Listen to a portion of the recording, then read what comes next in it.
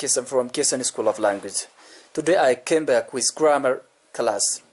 Now we are going to see the difference between since and for, and when we use since and for in grammar lesson. Okay, let's get started. Okay, yaa jalqabnu jechuudha. Akka barachuudhaaf deemnu since ifi for yeroo kan fayyadamna, akkasumallee garaagarummaa since ifi for dha maalidha ka jedhu fayyadamna jechuudha.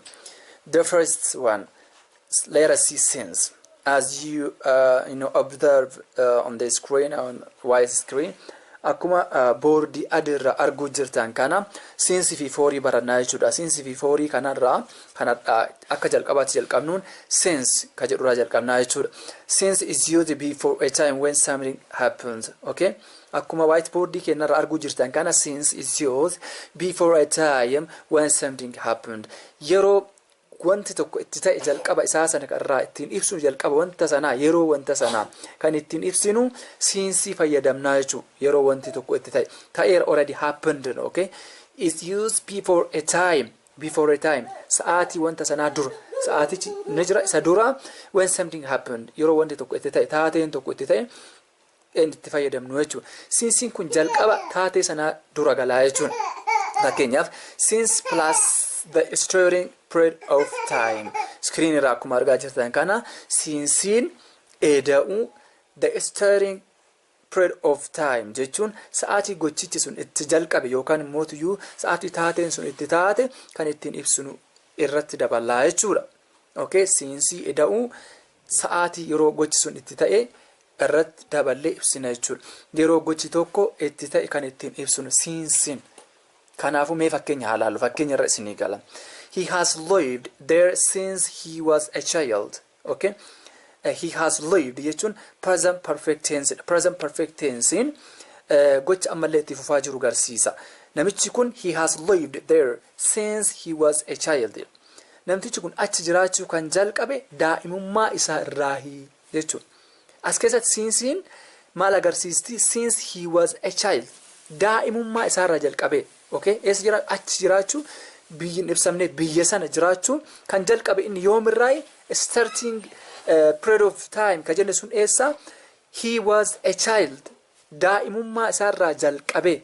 Ilaal, ka'umsa jennee mire ka'umsa gochi tokko itti ta'e namtichi kun gochi kun yookaan iddoo inni jiraate kun achi kan jiraate inni yoomirraa jalqabeeti daa'imummaa isaa irraa jalqabeetu jechuudha.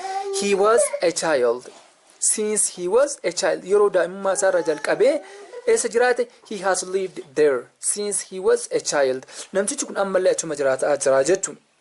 He has lived there jechuun maaliifi present perfect wanna ta'eef achuma jiraataa jira. Although simple past ta'e he lived yoo ta'e achi hin jiru jechuudha. Kanaafu he has lived there since he was a child jechuun daa'imummaa isaa irraa jalqabee namtichi kun achi jiraataa ture. Yoomirraa ka'umsi starting period of time ka jennu yoomi since dha jechuudha. Since kun maal agarsiisa? Maaloo jedhuuf he was a child, daa'imummaa isaa irraa jalqabee jechuudha. Kanaafuu sa'aatii ka'umsaa tanuu himte amma eenyu? Since dha jechuudha. He was a child, daa'imummaa isaa irraa jalqabee inni achi jiraataa ture. Kanaafuu since fayyadamna malee for hin fayyadamnu jechuudha. Fakkeenyaaf he has lived there since osoo iddoo jedhu kana for goone hin ta'u jechuudha. Fakkeenyaaf he has lived there for he was a child. Grammatical wrong dha jechuudha, sirrii miti.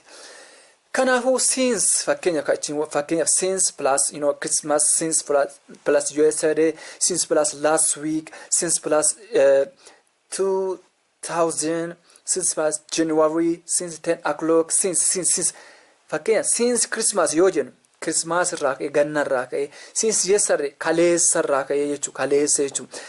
Since last week torbee dabre ka'umsa, torbeen dabre kun amma ka'umsa jechuudha. Since last week torbee, since 2000 since 2000 irraa jalqabee jechuudha. Since January ji'a January irraa jalqabee, since 10 o'clock sa'aatii 10 irraa jalqabee yeroo jennu jechuudha. Kanaafuu maal agarsiisa? The starting period of time eenyu since jechuudha. Kana wajjin deema. Let us come to for. For yeroo kan fayyadamna jechuudha. Akkuma screen irra argu jirtan kana for is used before the length of time or duration. Yeroo dheerummaa yookaan turtiidha jechuudha. forii ka agarsiisu akka reefi jalqaba yookaan immoo startii miti maal agarsiisa fooriin is used before dura the length of time sa'aatii turre sana yookaan immoo duration ture sa'a wanti sun itti ta'e isaan dura kan agarsiisu jechuudha. Mee fakkeenya haalaallu jechuudha. Fakkeenya tokkoffaa for plus length of time jennee jira.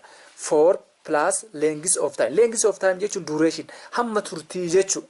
Hamma turtii forii eda'u hamma turtii jechuudha afaan keenyaan. Kanaafuu mee maal jenna fakkeenya irraa ilaallu jechuudha. Fakkeenya tokkoffaan he has studied French for 2 years. Inni waggaa lamaaf afaan Faransaay qo'atee jechuudha. Ammallee qo'ataa jira. Maaliif present perfect tense wanta ta'eef rakkoon qabu sun. Waan himni ijoon asirra ilaaluu qabdanuu he has studied French for 2 years. Okay? Inni afaan Faransaay waggaa lamaaf qo'atee jira. Hammi turtii meeqa? Length jenneere hamma turtii yookaan duration jennee mireef hammi turtii namticha kanaa maali? For 2 years waggaa lamaaf ture jechuudha. Odoo qo'ataa jiru waggaa lamaaf afaan Faransaay qo'ateera jechuudha himni kun. Waggaa lamaaf afaan Faransaay qo'ateera. Waggaa lamaaf for 2 years. Okay, for 2 years ka jennuun kun maaliif fayyadamne hamma wantichi kun ture jechuudha. Turtii wanta kanaa for waggaa lamaaf for 3 years, for 4 years, for 5 years hamma turtii waggaa namtichi kun afaan Faransaay qo'atee jechuudha. And the other one is here. Fakkeenya lammataa ilaallu akkuma screen irraa arguu jirtan kana whiteboard irraa she has been away from home for 6 months. Okay? Kanallee haa ilaallu. She has been away from home for 6 months. Isheen manarraa erga baatee maal ta'ee jira? Ji'a jahaaf deemte jechuudha. Ji'a jahaaf. She has been away from home for 6 months. Isheen erga ji'a manaa baate ji'a jaha dabarsitee jirti jechuudha. Ji'a jaha dabarsitee jirti. Turtii erga manaa baate hagam turte? Ji'a jaha turte. Kanaafuu for 6 months hamma turtiidhaatiin fayyadamna. Forii siinsi mootuyyuu jalqaba ka'umsa jechuudha. Ka'umsa fayyadamna malee hamma turtiin agarsiisu jechuudha. Ka'umsa wanta sanaa qofa agarsiisa. Kanaafuu mucayyoon tun she has been away from home for 6 months. Isheen erga manarraa baatee turtee turtiin ishee hammam? Ji'a meeqa? Ji'a jahaafi jechuudha. Kanaafuu forii kan fayyadamnu for plus an hour. For an hour sa'aatii tokkoof jechuu dandeenya. Sa'aatiidhaaf for half an hour sa'aatii walakkaadhaaf jechuu dandeenya. For a few minutes sa'aatii muraasaaf jechuu dandeenya. Turtiidha wanta ta'eef for a week torbaaniif. Fakkeenyaaf she has been away from home for a week. Okay? Torbeedha erga manaa baate torbee gahee jira. Turtee jirti torbaan gahee jira erga manaa baate jechuudha. And the last one is for a long time. Okay? For a long time. Sa'aatii dheeraadhaaf jechuudha. Turtii garsiisa. Kanaafuu garaagarummaan jara lamaanii kun jalqaba yogguu garsiisu wanta sana ka'umsa qofa garsiisa. Siinsiin foriin immootuyyuu turtii wanti sun hamma wanti sun ture garsiisa jechuudha. Fakkeenyaaf I have lived in Finfinnee for 3 years. Ani Finfinnee keessa waggaa 3 jiraadhee jira jechuudha. Waggaa meeqaaf? Waggaa 3.